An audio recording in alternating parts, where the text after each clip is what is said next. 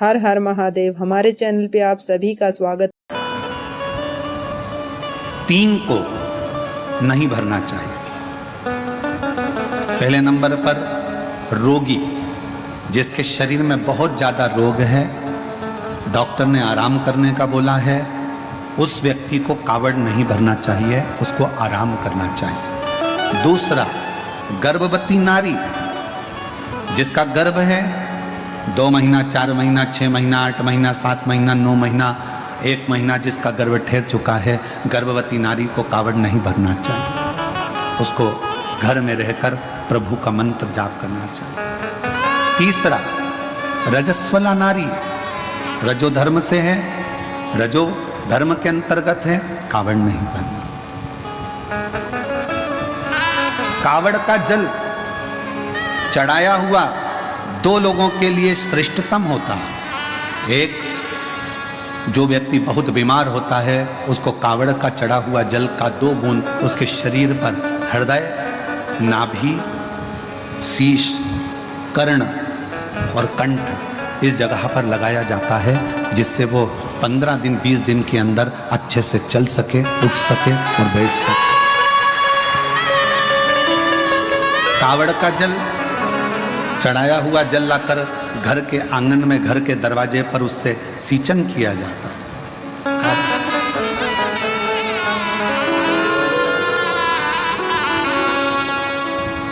अब कई लोग कहते हैं, गुरुजी मान लो गर्भवती नारी है या बीमार व्यक्ति है, तो कावड़ अगर हम जल चढ़ाएं तो क्या कावड़ के डंडे का, कावड़ के कलश का, लोटे का या कावड़ के जल का स्पर्श उस नारी से, उस व्यक्ति से, बीमार व्यक्ति से करा सकते हैं? स्पर्श छुआने में, स्पर्श कराने में दिक्कत नहीं। गर्भवती नारी है, हाथ लगाकर कहे ये जल बाबा को चढ़ा देना। कहाँ जा रहे हो? सीहोर या पास के मंदिर में ये चढ़ा। बुजुर्ग है, बहुत बूढ़ा व्यक्ति है, चलते नहीं बन सकता, बीमार है, घर में आराम करे, कावड़ यात्रा में ना जाए।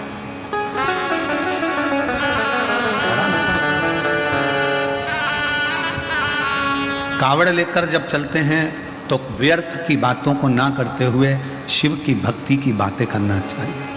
बोल बम, बोल बम, बोल बम, बोल बम।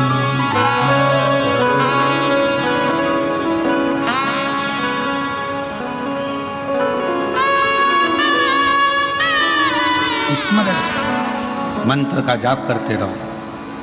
श्री शिवाय नमस्तुभ्यं, श्री शिवाय नमस्तुभ्यं, श्री शिवाय नमस्तुभ्यं, श्री शिवाय नमस्तुभ्यं, श्री शिवाय नमस्तुभ्यं, श्री शिवाय नमस्तुभ्यं।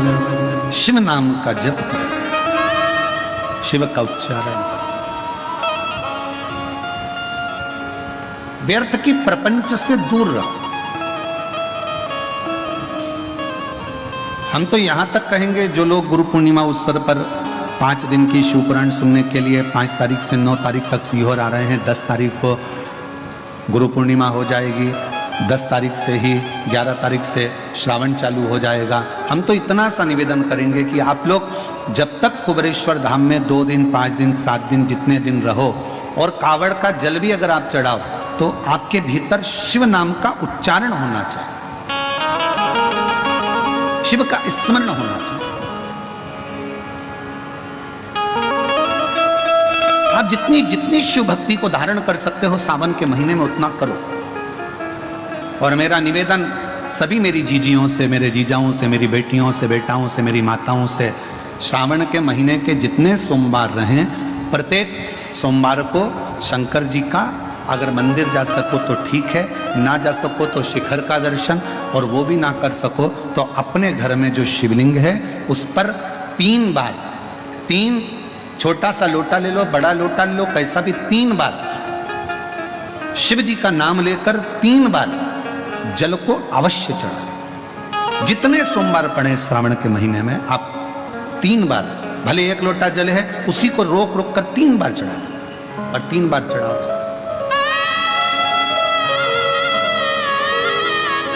जैसे शिव मंदिर में 3 ताली का नियम है, सावन महीने में 3 लोटा अर्थात 2 लोटा जल पर रुककर 3 बार अगर जल चढ़ाया जाता है तो ब्रह्मा, विष्णु और महेश उस जल को स्वीकार कर कर तेरे घर का भंडार भर दे। 3 बार जल अवश्य। त्रिगुणाकार, त्रिनेत्रधारी, त्रिशूलधारी, त्रिपुंडधारी मेरे भगवान त्रिलोकी के नाथ के लिए सावन के महीने में 3 बार जल चढ़ाया हुआ हमारे को 3 लोक का राज्य प्रदान कर देता है।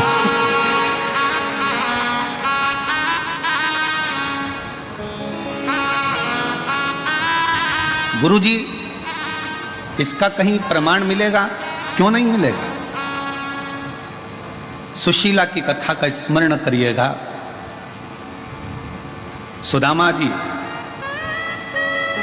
ब्राह्मण सुदामा जी भगवान की अविरल भक्ति में डूबे रहते थे। सुशीला सुदामा जी की धर्म पत्नी भगवान की शिव की भक्ति में डूबी रहती थी, शिव की आराधना। कई लोगों ने कहा कि सुदामा जी की जो पत्नी थी बड़ी गुस्सेल थी, बहुत क्रोध करने वाली थी, गुस्सा करने वाली थी। सुदामा जी की पत्नी बहुत गुस्सा करती थी। सुदामा जी पंडित जी थे, ब्राह्मण थे और उनकी पत्नी ऐसी थी? नहीं। कई लोगों ने पंडित जी की पत्नी को बड़ा वैसा समझ रखा रहता है कि बहुत गुस्से वाली होती है, बहुत क्रोध वाली होती है। ऐसा नहीं। सुदामा जी की पत्नी, हाँ, सुदामा जी की पत्नी एक बात जरूर कहती थी। क्या? जाओ द्वारकाधीश के दरवाजे पर जाओ। तो कहती है।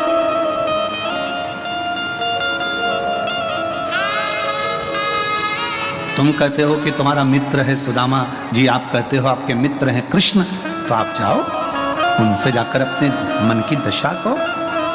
तो सुदामा जी की पत्नी कोई बुरा तो नहीं कर रही है अगर द्वारकाधीश के पास भेज रही है तो? तुम सबसे तो अच्छी है सुदामा जी की पत्नी। तुम तो अपने पति से रोज सुबह से उठते से कहती है जाओ दूध की थैली ले आओ, जाओ सब्जी ले आओ, जाओ ब्रेड का पैकेट ले आओ, जाओ ये सामान ले आओ। तो सुदामा जी की पत्नी तो तुमसे भी अच्छी है, कम से कम सुबह से उठकर ये तो कहती है कि द्वारकाधीश के दरवाजे पर जाओ, भगवान की चौखट पर जाओ, भगवान के दरवाजे पर जाओ।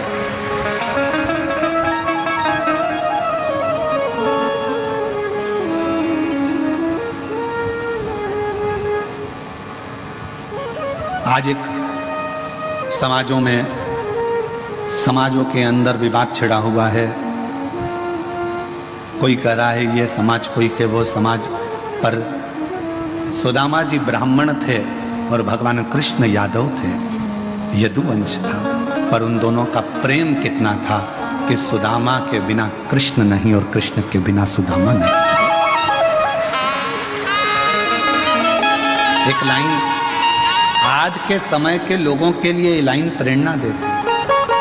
जितनी राधा रोई रोई कान्हा के लिए, जितनी राधा रोई रोई कान्हा के लिए, कन्हैया उतना रोया रोया है सुदामा के लिए, कन्हैया उतना रोया रोया है सुदामा के लिए।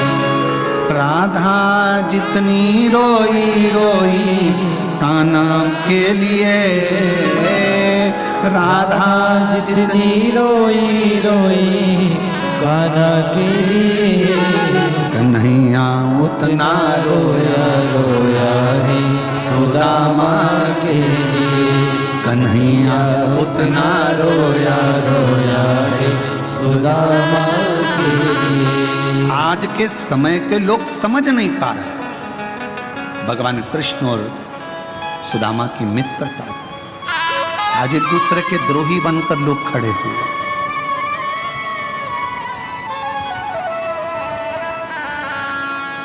द्रोही बना दिया आज के जमाने में। हम इस पक्ष के, हम इस पक्ष के, और आपस में झगड़ा कराया जा रहा है। रोज टीवी खोलो तो डिबेट चालू है। उस डिबेट में कोई इसको गलत कह रहा है, कोई उसको गलत कह रहा है। हम तो निवेदन करेंगे इन डिबेट के चक्कर में ना पड़ते हुए शिव के चक्कर में पड़ जाओ, भगवान के हो जाओ, भगवान की भक्ति में क्या दिमाग खराब कर। सुबह से शाम तक वो इनको कुछ कहेगा, वो उनको कुछ कहेगा, आपस में झगड़ा होता रहेगा, आपस में लड़ाइयाँ होती रहेंगी और समाजें टूटती रहेंगी। ठीक है ना?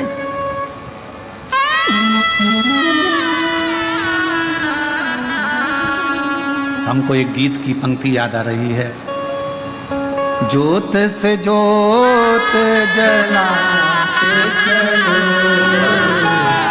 ज्योत से ज्योत जलाते चलो, प्रेम की गंगा बहाते चलो, प्रेम की गंगा बहाते चलो।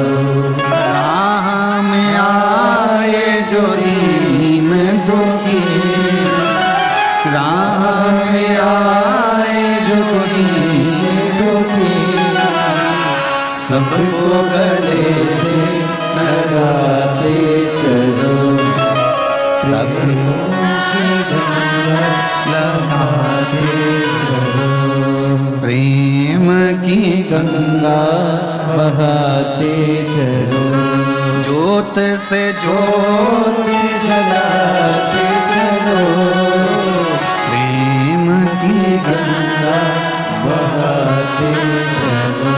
खूब कोई कुछ भी कहे पर आपका प्रेम खत्म मत होने दो।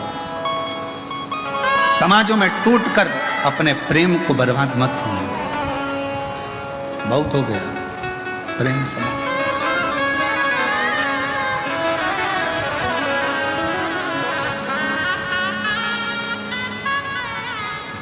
आपको मालूम है अंग्रेज जब भारत में आए थे ना, तो अपने साथ एक भी लड़ने के लिए सैनिक नहीं लाए थे।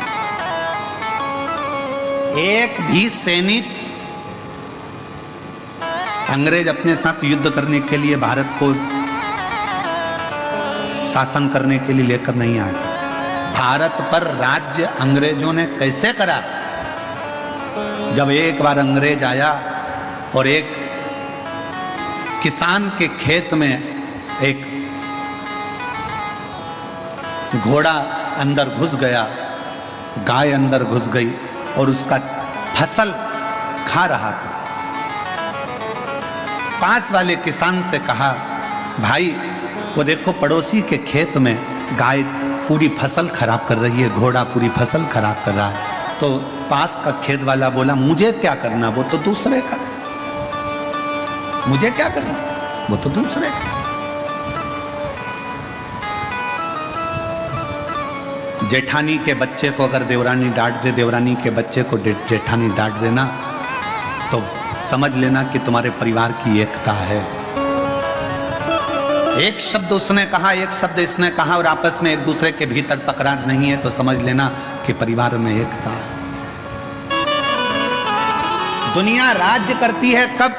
जब आपस में फूट डालती है। अंग्रेज ने कहा कि पड़ोसी के खेत को गाय खराब कर रही है, घोड़ा खराब कर रहा है, तुम कुछ, वो तो पड़ोसी का है, मेरा थोड़ी ना है। और जब यही सोचकर अंग्रेजों ने बस सैनिक लेकर नहीं आए, इन सबको अपना बनाते चले गए और अपने पड़ोस के क्षेत्र पर कब्जा करते चले गए, वहां के लोगों को मिलाते चले गए और धीरे धीरे भारत पर शासन किया। सावधान, घर में अगर 10 सदस्य रह रहे हो, परिवार का मतलब होता है परवाह करने वाला व्यक्ति। परिवार का मतलब यह नहीं कि केवल मेरी बहू, मेरा बेटा, मेरा बच्चा, मेरा पति, मेरा देवर, मेरा जेठ, मेरा ये, मेरा वो, ना। परिवार का मतलब होता है अपने परिवार के अंदर जितने सदस्य रह रहे हैं, जितने सदस्य चार दीवारी के अंदर रह रहे हैं, वो सब परिवार के सदस्य हैं। और परिवार का मतलब है परवाह करने वाले होना चाहिए। अगर परवाह करने वाले नहीं तो उस परिवार का कोई मतलब नहीं। दुख परिवार के एक सदस्य पर आया है तो सारा परिवार उस दुख को झेलने वाला होना चाहिए। सुख एक पर आया है, पूरे परिवार में खुशी होना चाहिए। आश्चर्य, लोग कहते हैं कि शिव पुराण में इतनी भीड़,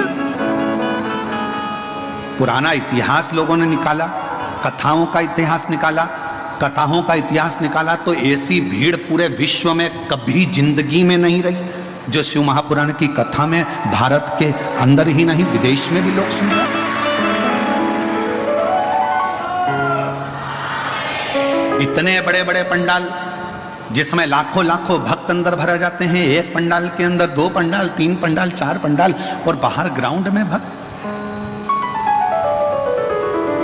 क्या दिया सियोर वाले महाराज ने तुमको? ना सियोर वाले महाराज ने कोई बबूती दी, ना बेल दी, ना कोई नारियल दिया, ना तुमको कोई बूटी दी, ना कोई तुमको औषधि दी। सियोर वाले महाराज ने तुमको कुछ नहीं दिया। सियोर वाले महाराज ने तो केवल एक ही चीज कही है, अपने पास के मंदिर में लोटा भर के जल चढ़ाओ और श्री शिवाय नमस्तुभ्यम बोलते जाओ, सारा दुख कटता है। तुम अपने गांव से आते हो, 200-500 रुपए तुम्हारे खर्च होते हैं, डीजल के, पेट्रोल के, आने के, खाने के, आने जाने में कितना खर्चा होता है ये तुम जानते हो।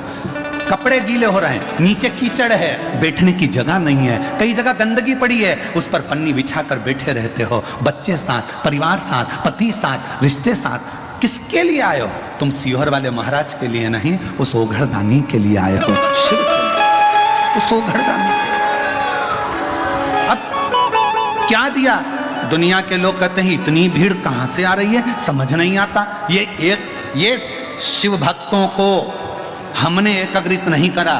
किसी के दरवाजे पर जाकर एक चावल का दाना, ये आप पूछिए विशाल जी संचेती जी से, इन्होंने किसी के यहाँ जाके पत्रिका दी क्या? विशाल संचेती जी से पूछिए किसी को इन्होंने निमंत्रण दिया क्या? नहीं। अगर बैनर भी लगे हैं, पोस्टर भी लगे हैं तो केवल बेजापुर में लगे हैं, बाकी के सारी दुनिया के लोग इस पवित्र कथा का लाभ लेने के लिए आते हैं। शिव पर विश्वास करके, भरोसा करें, शंकर पर भरोसा करें, शिव पर आश्रित होकर। कोई धन नहीं बांटा जा रहा, कोई संपदा बांटी नहीं जा रही, कोई दौलत नहीं दी जा रही है। और कितनी प्रतीक्षा आपकी, कितना संयम आपका। सुबह से जगह संभाल कर बैठती हो, 1 बजे कथा चालू होती है, जगह सुबह 9 बजे से संभालती, एक जगह बैठी रहती, एक जगह बैठी रहती, धीरे धीरे इंतजार करते करते कब 1 बज जाता है। 1:30 बजे सियोर वाला महाराज कथा करने आता है और 4 बजे कथा छूटने के बाद मन को इतनी शीतलता मिल जाती है, ऐसा लगता है मेरे कुबेर भंडारी ने भंडार लुटा दिया। क्या मिला, क्या दिया, क्या प्रदान किया? कुछ नहीं। पर आपका चढ़ाया गया 1 लोटा जल, आपकी सुनी हुई शिव महापुराण की कथा और आपका मुख से निकला श्री शिवाय नमस्तुभ्यम, इन पत्रों के ढेर, ये पत्रों के ढेर देखिए जरा।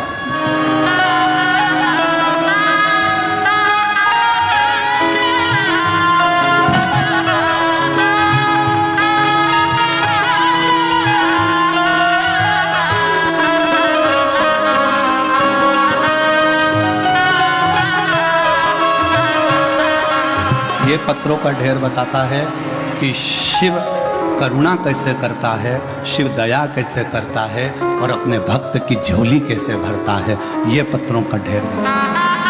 और ऐसे पत्र किसी एक जगह के नहीं रहते, ऐसे हर कथा में भक्त लिखता है, आते हैं, उसमें से 7 दिन में 4-4 पत्र भी अगर हम पढ़ें तो थोड़े बहुत पत्र पढ़ने में आते हैं, बाकी के सब शिव भक्तों का दिल इन पत्रों में रखा रहता है, इन पत्रों में। और अब एक नियम बना रहे हैं कि यह पत्र जो हम यहाँ छोड़कर जाते थे, अब एक नियम, कुबेरेश्वर धाम पर एक कमरे का निर्माण होगा जिसमें कांच लगा रहेगा। ये सारे पत्र बाबा के हैं तो बाबा के धाम में एकत्रित होंगे। ये सब पत्र बाबा के हैं तो बाबा के धाम में एकत्रित होंगे। वो कमरा में जब भी आप कुबेरेश्वर धाम आएंगे, उन पत्रों का दर्शन करेंगे, उन पत्रों की परिक्रमा करेंगे और दर्शन कर कर आनंद पाएंगे कि इसमें शिव का विश्वास छुपा है, शिव का विश्वास। हर हर महादेव। हमारे चैनल पे आप सभी का स्वागत।